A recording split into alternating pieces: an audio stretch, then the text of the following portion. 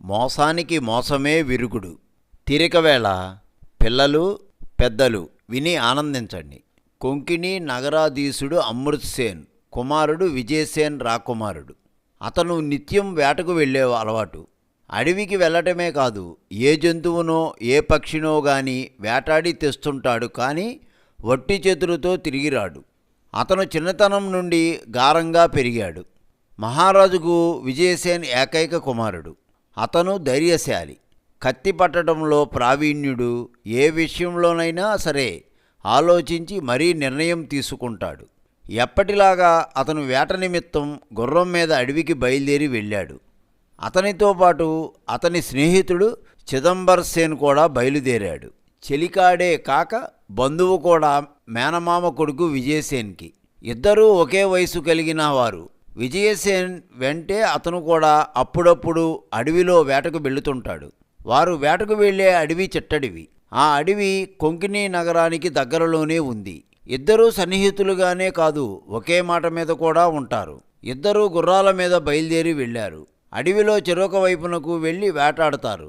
తిరిగి ఆ ఇద్దరూ కలుసుకునేందుకు అడవిలో నిర్ణీత స్థలాన్ని ఎంపిక చేసుకున్నారు. వేరువేరు మార్గాల్లో వేటకు వెళ్ళినా వేట పూర్తి అయిన తదుపరి ఇద్దరూ నిర్ణీత స్థలంలో కలుసుకుని తిరిగి నగరానికి వెడతారు. అది వారి అలవాటు. ఆనాడు కూడా ఆ విధంగా ఇద్దరూ నిర్ణీత స్థలానికి చేరారు. అక్కడి నుండి ఎవరి దారిన వారు వేట సాగించేటందుకు వెళ్ళారు. కొంతసేపటికి విజయసేన్ 2 చెకుముకి పెట్టల్ని వేటాడి ఆ పిట్టలతో సహా నిర్ణీత ప్రదేశానికి చేరాడు. అక్కడ పెద్ద బండ మీద కూర్చుని ప్రక్కనే వేటాడిన పెట్టల్ని పెట్టుకుని కూర్చున్నాడు. భుజం మీద ఉన్న ఉత్తరీయాన్ని తీసుకుని మొహాన పట్టిన చెమటను తుడుచుకున్నాడు. ఆ బండ ప్రక్కనే అతని గుర్రం పచ్చిక మేస్తున్నది. అదే సమయంలో బండ మీద కూర్చున్న విజయసేన్ అదృశ్యమైనాడు. అతను వేటాడిన పక్షులు మొహం తుడుచుకున్న ఉత్తరీయం బండ మీదనే పడి ఉన్నాయి. అతను ఎక్కి వచ్చిన గుర్రం అక్కడే పచ్చిక మేస్తున్నది. మరి కొద్దిసేపటికి చిదంబర్ సేన్ గుర్రం మీద నిర్ణీత ప్రదేశానికి చేరాడు. అతను 2 కొంగల్ని వేటాడి తెచ్చాడు. యువరాజు విజయసేన్ ప్రతిరోజు తనకన్నా ముందు వచ్చేవాడు. ఆనాడు ఎందుకో రాలేదు అనుకున్నాడు. అతను సేద తీర్చుకునేటందుకు బండ మీద కూర్చున్నాడు. వేటాడిన 2 కొంగల్ని ప్రక్కన పెట్టుకుంటున్న సమయంలో అక్కడ 2 చెకుముకి పెట్టలు చచ్చిపడి ఉన్నాయి. అతనికి అనుమానం వచ్చింది. విజయసేన్ వేటాడి తిరిగి వచ్చాడు కదా, ఏమయ్యాడు అనుకుంటూ చుట్టుపక్కలంతా పరికించి చూశాడు. విజయసేన్ ఉత్తరీయం బండకు ప్రక్కన కింద పడి ఉంది. అవతలగా ఉన్న పొద ప్రక్కన గుర్రం పచ్చిక తింటోంది. అతనికి వింతగా తోచింది. గుర్రం ఉంది, వేటాడిన పక్షులు ఉన్నాయి, పైన వేసుకునే కండువా ఉంది. మరి విజయసేన్ ఏమైనట్లు అని అనుమానించాడు, ఆలోచించాడు. అక్కడనే ఎక్కడో తిరుగుతూ ఉంటాడని కొంతసేపు బండ మీదనే కూర్చుని రాకుమారుడి కోసం ఎదురు తెన్నులు చూశాడు. ఎంతకీ యువరాజు విజయసేన్ రాలేదు. అతనికి ఏదో జరగరానిది జరిగిందని అనుమానించాడు. అయినా పరిపరి విధాల ఆలోచించుకుంటూ అక్కడనే ఉన్నాడు. యువరాజు రాలేదు. ఉదయం నుండి చీకటి పడే వరకు అక్కడే ఉండి అతని కోసం ఎదురుచూసి నిరుత్సాహంతో గుర్రాలను, కండువాను, వేటాడిన పెట్టల్ని తీసుకుని కొంకిణి రాజ్యానికి వెళ్ళిపోయాడు. జరిగిందంతా మహారాజు అమృత్ సేన్కి వివరించాడు. అమృత్ సేన్ ఆందోళన చెందాడు. వెంటనే సేనలను నలువైపులకు పంపించాడు. యువరాజుని వెతికి తీసుకురమ్మని. మరోవైపునకు సేనను వెంట పెట్టుకుని చిదంబర్ సేన్ కూడా వెళ్ళాడు. కానీ యువరాజు విజయసేన్ని మాయం చేసి తీసుకువెళ్ళింది మహామాంత్రికుడు కంఠధ్వనుడు. అతను ఇంద్రపీఠాన్ని హస్తగతం చేసుకోవాలన్న దురాలోచనపరుడు. అప్సరసలు తన ముందు నృత్యం చేయాలని, తన చెప్పు చేతల్లో ఉండాలని కాంక్షించాడు. అందునిమిత్తం క్షుద్రదేవతను ఆరాధిస్తున్నాడు. అతని కోరిక తీరాలంటే 101 యువవీరుల్ని క్షుద్రదేవతకి బలివ్వాలి. 101 మందిని బలివ్వడం జరిగాక అతని ఆశయం ఈడేరుతుంది. ఆ రోజు వరకు 100 మంది యువకుల్ని బలిచ్చాడు. మరొకరిని బలిస్తే ఆశయం నెరవేరుతుంది. అతను 101వ వీరుడి కోసం గాలించుతుండగా విజయసేన్ కనిపించాడు. అతన్ని మాయం చేసి తీసుకువెళ్ళాడు. అలా కొంత దూరం వెళ్ళాక విజయసేన్ని మంత్రశక్తితో తన ఎదుట నిలబెట్టుకున్నాడు. అప్పుడు విజయసేన్ ఈ విధంగా అడిగాడు, ఎవరు నువ్వు? నన్ను ఎందుకు తీసుకువచ్చావు? అడిగాడు విజయసేన్. నీకు మహత్తర శక్తుల్ని కలగజేయమని నేను ఆరాధించుతున్న దేవత చెప్పడంతో ఆమె చెప్పిన మార్గాన్ని అనుసరించి నిన్ను తీసుకువచ్చాను అని చెప్పి అక్కడ దూరంగా ప్రవహిస్తున్న నదిని చూపించాడు. అందులో శుచిగా స్నానం చేయి, దేవి అనుగ్రహంతో నీకా శక్తుల్ని కలగజేస్తాను అని విజయసేన్ భుజం మీద చెయ్యి వేసి ఆప్యాయంగా రాస్తూ అన్నాడు. విజయసేన్ మాంత్రికుని చూస్తూ ఆలోచించుతున్నాడు. ఓ, ముందు స్నానం చేయి వీరుడా, నవ్వుతూ అన్నాడు. నా మీద నీకు అనుమానం అక్కర్లేదు. తర్వాత నన్ను నువ్వే తెగ మెచ్చుకుంటావు. లోక కళ్యాణం కోసం 100 మంది యువ వీరులకు మోక్షం కలిగించాను ఇప్పటి వరకు. నువ్వు 101వ వాడివి అన్నాడు తిరిగి మాంత్రికుడు. నాతో అయిపోతుందా? తర్వాత మరికొందరికి ఆ అవకాశం కలిగించుతావా అని అడిగాడు. దేవి అనుగ్రహాన్ని బట్టి ఆచరించుతాను అని వెంటనే అనుమానాలకు ఆలోచనలకు సొచ్చి చెప్పి ముందు స్నానం చేయి అని అన్నాడు తిరిగి మాంత్రికుడు. విజయసేన్ కిక్కురుమనకుండా వెళ్ళి స్నానం చేస్తున్నాడు. అతను మాంత్రికుని గురించే ఆలోచిస్తున్నాడు. తనకు మేలు చేసేవాడు మాయం చేసి తీసుకువెళ్ళే అవసరం ఏముంది?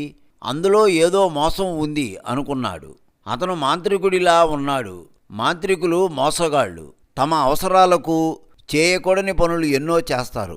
ఒడ్డును చేరగానే కత్తిని దూసి వాడితో పోరి చంపేస్తే అయినా తొందరపడి చేయకూడదు అనుకున్నాడు. మాంత్రికుడిని చంపేటందుకు ప్రత్యేకమైన పద్ధతిని ఆలోచించాలి అనుకుంటూ మునిగాడు.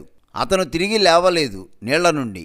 ఆ సమయంలో మాంత్రికుడు పసిగట్టకుండా ఏదో వెలుగు వచ్చి విజయసేన్ మీద పడింది. అది ఇంద్రుడు పంపిన వెలుగు. తన పీఠానికి మాంత్రికుడు ఎసరు పెట్టకుండా తనను కాపాడుకునేటందుకు వెలుగు రూపంలో విజయసేన్ మీద పడేటట్లు చేశాడు. అందువలన విజయసేన్ జరగబోయేది అంతా గ్రహించుతాడు. యుద్ధం చేసినా అద్భుతమైన శక్తిని కలిగి ఉంటాడు.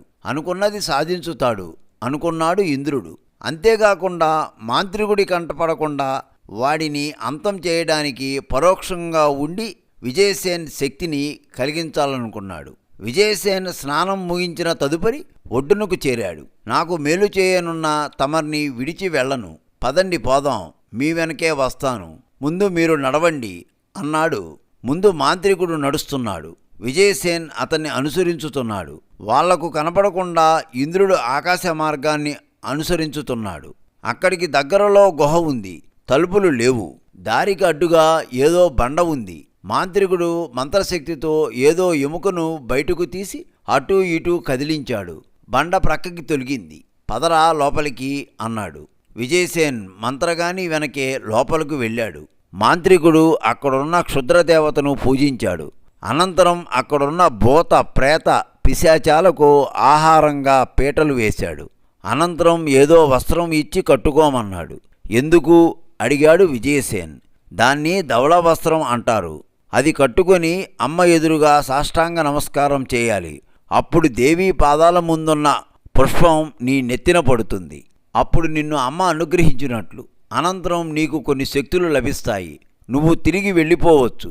ఆ శక్తులు నీ భవిష్యత్తుకు అండగా ఉంటాయి. నీవు తలచిన ప్రతి పని ఈడేరుతుంది. త్వరగా ధవళ వస్త్రం ధరించి రా అన్నాడు మాంత్రికుడు. విజయసేన్ ఆయన ఇచ్చిన ధవళ వస్త్రాన్ని ధరించాడు. అమ్మ ముందు సాష్టాంగపడు అన్నాడు. నేను రాకుమారుడిని. నా ముందు ఇతరులు తలవంచాల్సిందే కానీ నేను వీరుడిగా ఎవరి ముందు తలవంచి నమస్కరించను. అయితే మన ఎదురుగా ఉన్నది మహాశక్తి కనుక ఆ దేవత ముందు నీవు చెప్పినట్లుగా సాష్టాంగపడి నమస్కరించుతాను. కానీ ఏ విధంగా సాష్టాంగపడాలో తమరు చూపించండి. నేను మిమ్మల్ని ఆ విధంగా అనుసరిస్తాను అన్నాడు రాకుమారుడు. అంటూనే రాకుమారుడు కళ్ళు చుట్టూ చూశాయి. విగ్రహానికి ప్రక్కనే మెరుస్తున్న కత్తి కనిపించింది. సరే, ఇలాగున నమస్కరించాలి అంటూ మాంత్రికుడు విగ్రహం ముందు బోర్లాగా పడుకుని చేతులు పైకి జాచి నమస్కరించుతున్నాడు. చిటికిలో ఆ కత్తిని అందుకున్నాడు విజయసేన్. ఆ వెంటనే ఆ కత్తి మెరుపు మాంత్రికుని కంఠం మీద పడింది. విజయసేన్ సర్వం గ్రహించాడు. చేతబట్టిన కత్తితో ఎదురుగా మాంత్రికుని కంఠం నరికాడు. అతని కంఠం అవతల పడింది. అతని ప్రాణం కంఠంలోనే ఉండటంతో మాంత్రికుడు చనిపోయాడు. అతని రక్తం చింది దేవి కాళ్ళ మీద పడింది. దేవి ప్రత్యక్షమైంది. జరిగింది చెప్పింది. 101వ తల మాంత్రికుడిది.